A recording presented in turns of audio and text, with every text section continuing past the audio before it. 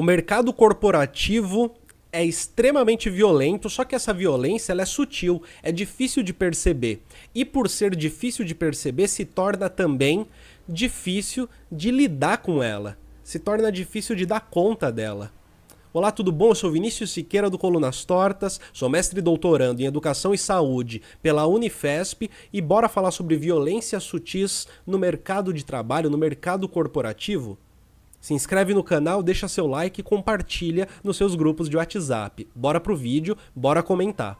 O mercado corporativo é um lugar bem complicado. Dificilmente alguém não precisa de terapia estando no mercado corporativo. E um dos motivos disso é que é um lugar muito violento. A violência ali acontece de uma maneira bem implícita. Não é como se você estivesse nas ruas trabalhando como um policial, você está vendo ali a violência acontecendo, você tem que usar a arma. Não, mas aquela violência ali, ela está acontecendo de uma maneira bem sutil. O CEO, ele bate, né, ele exerce a sua violência nos diretores, que exercem a sua violência nos gerentes, que exercem a sua violência na cadeia de baixo. E assim a gente forma uma grande pirâmide de pessoas que estão sendo violentas. Só para trazer um primeiro comentário, né? Esse tipo de exercício de violência tem um pouco a ver com a vigilância hierárquica que o Foucault traz em Vigiar e Punir. Vigilância hierárquica é um método de vigilância e punição que ele acontece numa hierarquia quase infinita, de cima para baixo, em que quem está em cima tem a responsabilidade de vigiar quem está embaixo, de tal maneira que é quase impossível descobrir o fim dessa cadeia de vigilância. De tal maneira que, ao ser quase impossível descobrir o fim dessa cadeia de vigilância, você sempre estará sendo vigiado e sempre estará à mercê de uma punição. Essa é uma das maneiras eficientes de controlar, né, o comportamento individual e também é uma maneira eficiente de introjetar o olho do vigia no corpo do funcionário vigiado. Porque se não tem um fim nessa cadeia de vigilância, tudo se passa como se a todo momento você estivesse sendo vigiado. Nunca sem um espaço de uma certa liberdade, de uma certa rebeldia. Esse espaço ele vai precisar ser sempre cavocado para se chegar até ele. Tá, só queria fazer esse pequeno adendo no vídeo do Marcelo Bizarro. O nome dele é Marcelo Bizarro, também na Rede Vizinha. Vale muito a pena, eu vou trazer vários vídeos dele porque ele é muito bom. Vamos voltar aqui pro vídeo. Né? E quem é que vai bater no CEO? Ninguém bate no CEO. Né? E quem é que bate no diretor? Só o CEO. Então eu não posso bater no diretor. Então quem é que bate no gerente? Só o CEO e o diretor. Então, enfim, é uma cadeia onde quem está embaixo não pode bater em quem está em cima e quem está em cima está ali batendo em quem está embaixo. A violência é sobre subjugar, é sobre fazer a minha vontade. Eu até posso fingir que eu estou te ouvindo, mas a minha vontade é que vai ser feita. E eu vou jogar a minha violência para você. Hoje a gente tem outros modelos de gestão que tentam quebrar um pouquinho essa cadeia hierárquica, né? Como, por exemplo, o Agile, né? A agilidade. A gente tenta quebrar um pouquinho essa cadeia, onde a gente tem o cargo acima, que manda no cargo abaixo. A gente tenta fazer uma coisa menos hierarquizada, onde que está todo mundo mais ou menos na mesma posição. Mas, na verdade mesmo, isso não funciona. Para quem já trabalhou com metodologia ágil de trabalho, é uma metodologia muito utilizada em trabalhos que envolvem desenvolvimento de software, trabalhos que têm a ver com programação, enfim. E eu já utilizei esse tipo de metodologia, já fiz parte, né, dos funcionários que usavam essa metodologia em agência de marketing. É uma metodologia que tende a fazer desaparecer momentaneamente as hierarquias. Ela tende a dar uma driblada nessa sensação de hierarquia, mas evidentemente ela não anula a existência da hierarquia e nem a sua imperiosidade. Ela não faz com que a hierarquia se torne algo não visto, percebe? O Marcelo pergunta se seria violência a palavra certa mesmo. Sim, é violência. É violência sutil. É uma relação de poder, né? Uma relação de poder que a gente chama de um tipo de violência que acontece de maneira velada, de maneira sutil e que não é exatamente uma violência física, né? Esse é o grande ponto. É um tipo de violência que não é física. Muito na prática. Isso é um jeito de tentar ludibriar essa cadeia hierárquica, mas ela continua acontecendo.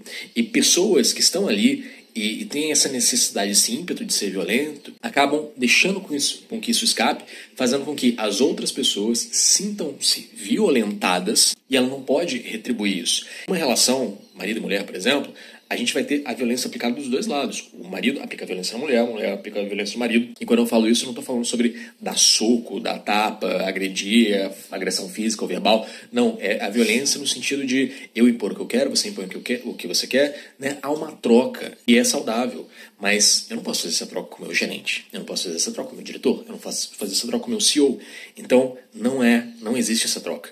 E sem essa troca, ele manda, eu obedeço, eu me sinto violentado, ele sente que a violência dele foi feita e eu jogo essa violência para outra pessoa que não vai poder trocar comigo e assim por diante. E no final, as pessoas estão entrando em parafuso, porque tem alguém batendo em mim, eu estou sendo violentado, eu não posso revidar, eu não tenho força para revidar porque eu preciso do meu salário, eu preciso desse cargo, eu preciso desse status, eu preciso dessa imagem que é formada no meio corporativo.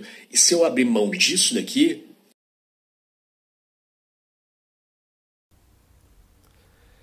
e a tendência é que fique preso a dinâmicas de violência que elas podem ser até difíceis de serem conceituadas, né?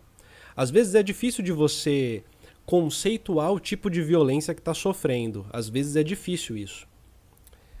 Mas é fácil de perceber que ela está acontecendo, apesar de ser difícil de utilizar o vocabulário para conseguir conceituá-la.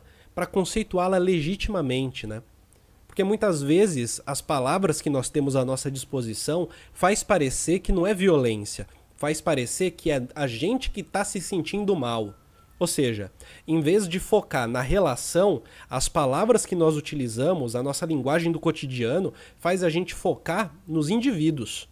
E tudo se passa como se fosse algo que eu estou sentindo, e não como se fosse uma violência que de fato está acontecendo.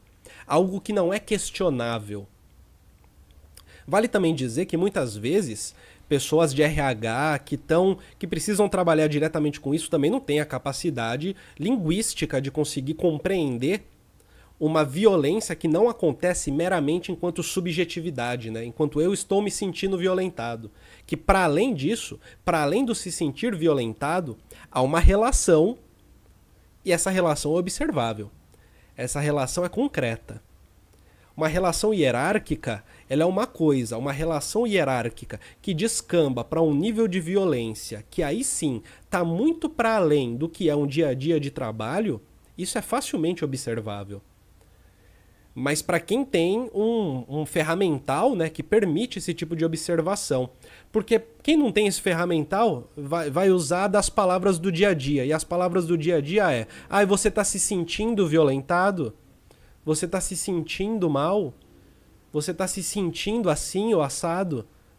E quando vai para esse papo de quem está se sentindo, que está se sentindo ofendido e tudo mais, isso é a deslegitimação da análise correta de uma violência que não depende do que alguém sente. E é a possibilidade de que essa violência continue acontecendo sobre aqueles que por um motivo ou outro não conseguem significá-la, ou percebem que é necessário senti-la, que é necessário aguentá-la, que acham que aguentar violência é isso que faz um bom profissional, por exemplo. Violência simbólica, diz Ivan Teixeira. A violência simbólica, Ivan, o conceito de violência simbólica. E eu acho que outros autores usam esse conceito, mas, se eu não me engano, quem deixou famoso foi o Pierre Bourdieu. A violência simbólica, ela é um tipo de violência que envolve os sistemas de classificação. E ela acontece quando a pessoa que é violentada estruturalmente absorve os esquemas de classificação do violentador, do dominante. E ao absorver esses esquemas, ela própria os pratica. E ao praticar, se coloca numa situação, em várias situações, né, de uma servidão que é quase que voluntária. Na medida em que viver a vida parece ser algo que só pode ser feito a partir dos critérios do dominador, que muitas vezes são os únicos critérios aprendidos pelo dominado. Entende? A violência simbólica é esse processo, em que o dominado é o processo em que o operário vai dizer que a greve é ruim porque atrapalha o trânsito, por exemplo. eu perco tudo. Então eu aceito ser violentado frequentemente para continuar estando nesse lugar. Por isso, um lugar tão tóxico. Por isso, tanta gente entrando em burnout. Por isso, tanta gente pedindo ajuda. O meio corporativo é o lugar onde as pessoas apanham sem poder revidar. É o lugar onde as pessoas apanham sem poder revidar. E essa violência é naturalizada. Os assédios cotidianos são naturalizados. Assédios que... Eu tô falando de assédio aqui no sentido de assédio de relação de trabalho, né? Cobranças excessivas, cobranças para que se faça hora extra, a necessidade de ter que aguentar um chefe estouradinho, por exemplo. O tipo de coisa que é inaceitável, sei lá, nas relações interpessoais, né? Nas relações interpessoais, alguém chegou estouradinho, pô, essa pessoa já não faz parte da minha vida. Tchau, não entra na minha casa nunca mais. Mas no ambiente de trabalho você tem que aguentar, né? Senão você perde seu emprego. Senão você perde seu sustento. Senão você perde muitas vezes aquilo que dá sentido para sua vida. Não estou dizendo que é certo ou que é errado tomar como sentido da vida a sua função dentro do mercado de trabalho. Mas muitas vezes é, né? Isso é um fato. E essas violências sutis, elas acontecem, como eu disse, de um jeito que é difícil de, através da linguagem, dar conta de significá-la, de explorar as significações que se pode ter sobre elas e de deixar claramente, expor claramente, ó, tô sendo violentado desse jeito. Até porque muitas vezes quem escuta não tem esse ferramental para compreender, né? Sempre lembrando que, assim, comunicação não é você falar claramente para alguém, né? Comunicação é duas pessoas participarem de um mesmo jogo de palavras, de significações, e conseguirem, até uma certa medida, estabelecer trocas e efeitos de sentido entre essas trocas. E às vezes é difícil de conseguir estabelecer isso dentro do ambiente corporativo. Dentro do ambiente de trabalho como um todo, né? Como um todo. E nisso a gente tem o Brasil como sendo um país com um monte, mais de 400 mil casos de afastamento por conta de questões de saúde mental, por exemplo, no último ano. Isso é um número gigantesco. Eu não lembro qual foi a taxa, mas representa um aumento em relação a 2023, por exemplo. Existem consequências que são biopsico para esse tipo de fenômeno que é social. O Guilherme diz sendo violentado, adoecendo física e psicologicamente, achando que a culpa é sua, é perverso. E eu diria o seguinte, a gente falou um pouco sobre violência simbólica há alguns segundos. Uma violência simbólica fácil de se perceber é essa ideia da meritocracia, né? Essa ideia de uma responsabilização individual pelo sucesso e fracasso da vida de alguém que precisa se inserir no mercado de trabalho e que faz com que, de certa forma, moralmente, o trabalhador se veja como um sujeito menor por conta disso.